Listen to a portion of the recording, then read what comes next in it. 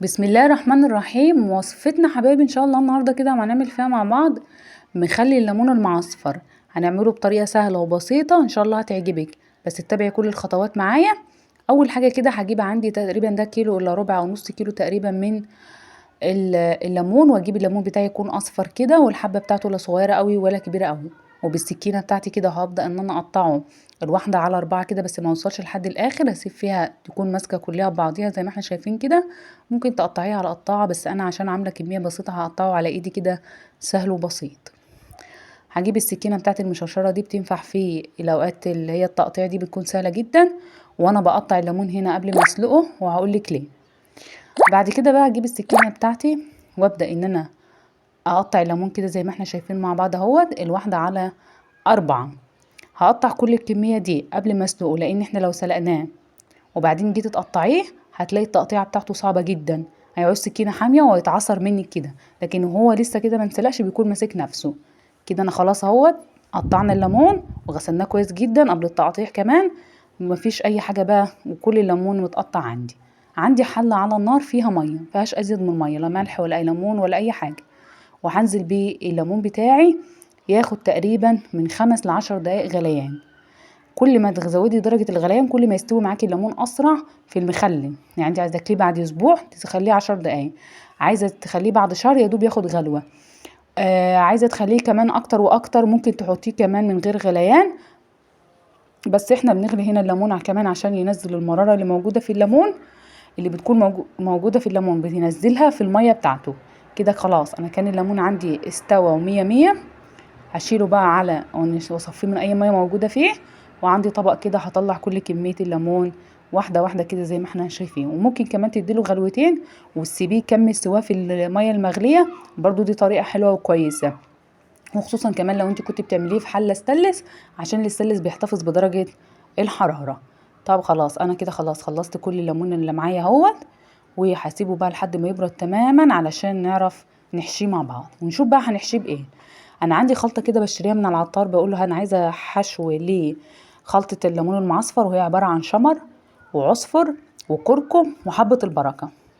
الاربع مكونات دول لو عندك في البيت هتاخدي من كل واحد معلقه، ولو بتحبي مكون اكتر من التاني هتزوديه، وتحطيهم على بعض كده في طبق. وانا هنا هزود معلقه من الكركم عشان انا بحب الكركم يكون زياده في الليمون المعصفر، ونقلبهم كويس جدا مع بعض. كل المكونات دي اللي هي عباره عن شمر وحبه البركه وكركم، وممكن كمان تحطي شطه حمراء او بابريكا لو انت ما بتحبيش الحراق. ونقلبهم كويس جدا مع بعض ونشوف هنضيف بقيه المكونات مع بعض هي عباره عن ايه.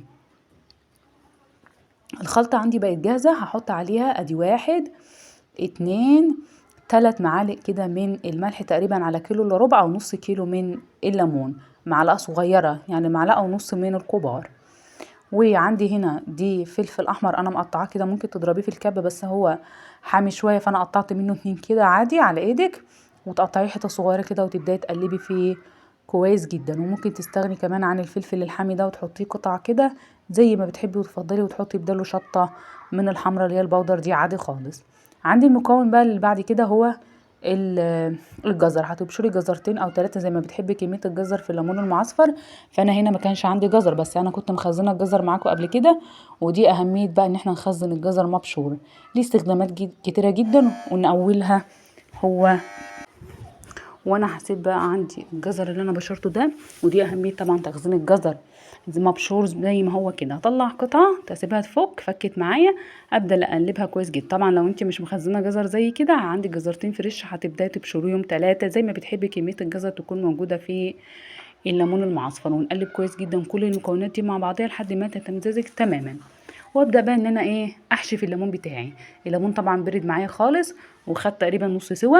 هبدا ان انا احشي كده بالمعلقه، طبعا نفضل نحشي بمعلقه علشان بيكون فيه شطه، او تلبسي جوانتي في ايدك زي ما بتحبي وتفضلي. فانا هحشيهم كده على السريع لاني انا عامله كميه مش كتير قوي، فعشان كده هننجز فيها. ونحشيه نحطه في نفس الطبق اللي احنا كنا مصفيين فيه الليمون عشان ما نوسخش اطباق كمان، وعشان كمان الخلطه اللي هتنزل منه دي هنستخدمها تاني في محلول الملح اللي هنعمله لليمون المعصفر. لو انتي وصلتي بقى معايا في الفيديو لحد هنا ما تنسينيش باللايك والشير والاشتراك في القناه. لو انتي لسه ما اشتركتيش هتنزلي تحت على كلمه الاشتراك اللي باللون الاحمر وتضغطي عليها عشان كل ما انزل فيديو جديد يوصلك باشعار، واعملي لي لايك والشير لو عجبك المحتوى اللي انا بقدمه. هتنزلي تحت على كلمه الاشتراك اللي باللون الاحمر هتضغطي عليها، هيطلع لك 3 اختيارات اختاري منهم اختيار الكل عشان كل ما انزل فيديو جديد يوصلك باشعار. طبعا دي بقيه الخلطه اللي فضلت معايا تقريبا معلقه، وعندي برطمان ازاز انا غسلاه ومعقماه ومنضفاه كويس جدا، وهبدا ان انا ارص فيه الليمون بتاعي واحده واحده كده كله جنب بعضيه. وطبعا لو انت عارفه البرطمان بتاعك مش هياخد قد ايه، ممكن ان انت تحطيه ليه وهو لسه فريش معاكي كده وما سلقتيهوش، تشوفي البرطمان هياخد منك قد ايه وتزودي عليه 1 و2، لان هو لما بينسلق في الميه حجمه بيخس شويه، فتعرفي ترصيه كويس عشان ما تسلقيش وما تلاقيش مكان تحطي فيه في البرطمان. وهرصه واحده جنب التانية كده بالراحه عشان الحشو بتاعه ما يطلعش منه لحد ما اخلص كل كميه الليمون اللي موجوده عندي. زي ما احنا شايفين كده يا حبايبي، احلى ليمون معصفر تعمليه في البيت، انضف واحلى ما تشتريه من بره 100 مره. ونشوف بقى هنعمله محلول الملح بتاعه اللي هيستوي فيه مع بعض ازاي. هنا خلاص انا بقى كنت خلاص خلصت كل كميه الليمون ورصيته في البرطمان بتاعي، وعندي الطبق فاضل فيه شويه كده من الحشو نزله، وطبق تاني فيه معلقه. مش هنرمي الحشو ده، هنكمل بيه بقيه وصفتنا. هنا انا حطيت حوالي ربع كوبايه من ربع البرطمان ميه من اللي احنا سالقين فيها الليمون على شويه الحشو اللي كانوا فاضلين ويايا. الميه اللي احنا سالقين فيها الليمون اللي هي موجوده قدامك دي التانية اللي في الحله، خدت منها تقريبا ربع البرطمان. وبعد كده بقيه الطبق زودته ميه عادي خالص. انا بوريكي بس الميه اللي انا خدت ربعها ربع البرطمان منها بتديله مزازه حلوه وبتخليه يستوي بسرعه.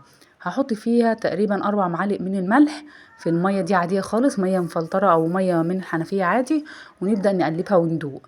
لو لقينا الحدق بتاعه كويس كان بها، ما كانش ازود كمان معلقه او 2 من الملح حسب ما تدوقيه. تدوبي الملح وتدوقيه لحد ما يظبط معاكي الحدق الكويس جدا. وبعد كده نصب محلول الملح ده على الليمون بتاعنا.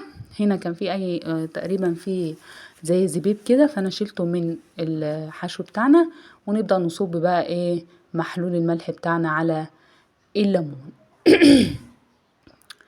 ده احلى واسهل واسرع طريقه ممكن تعملي بيها الليمون المعصفر في البيت. جابت الميه بالظبط مقدارها مظبوطه عندي بالظبط. بعد كده هتني بقى جايبه المكون الاخير اللي هيحافظ لي على البرطمان بتاعي، وهو حوالي 3-4 معالق كده من الزيت هنحطهم على وش البرطمان بتاعنا، ونقفله ونحطه في مكان في المطبخ لمدة أسبوع. وبعد الأسبوع نفتح منه ندوقه لقيناه كويس نبدأ فيه، وأول ما نفتحه ونستخدمه نحطه في التلاجة. لايك وشير لو عجبك المحتوى بتاعي. مع السلامة.